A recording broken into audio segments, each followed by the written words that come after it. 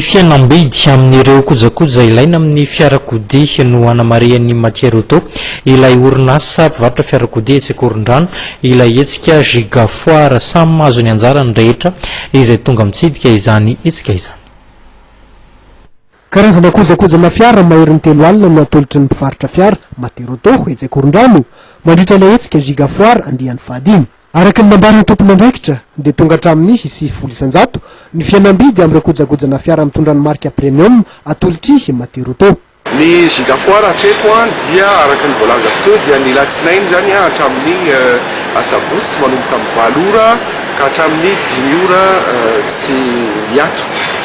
Ka dia ao anatina espace zany 500 mètres carrés misy référence na pièce mihoatra ny 30 000 isa ny pièce atao promotion ao.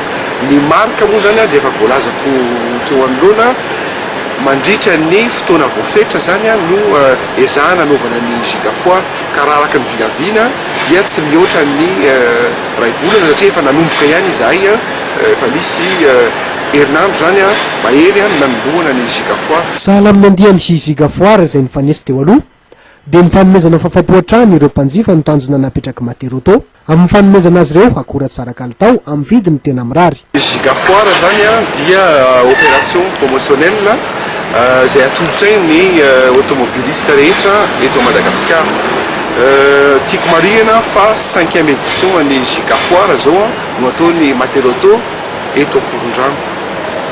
Mandritra ny hetsika Gigafoire io zany dia misy fianambidy hatramin'ny 700 isanjato dia atolotray amin'ny mpanjifa izay manana fiara Ford mazava ho azy fa eo ihany koa ny pièce Bosch na ny pneumatique Michelin na lubrifiant Elf na pièce de rechange ho anna tracteur agricole Massey Ferguson.